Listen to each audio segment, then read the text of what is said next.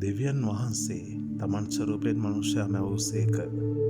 දෙවියන් වහන්සේගේ ස්වරූපයෙන් ඔහු මැවූසේක.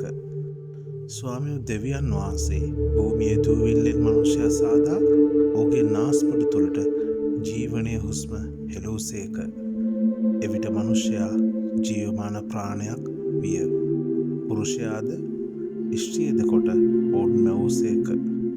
දෙවියන් වහන්සේ ඔවුන්ට ආශිර්වාද කළසේක.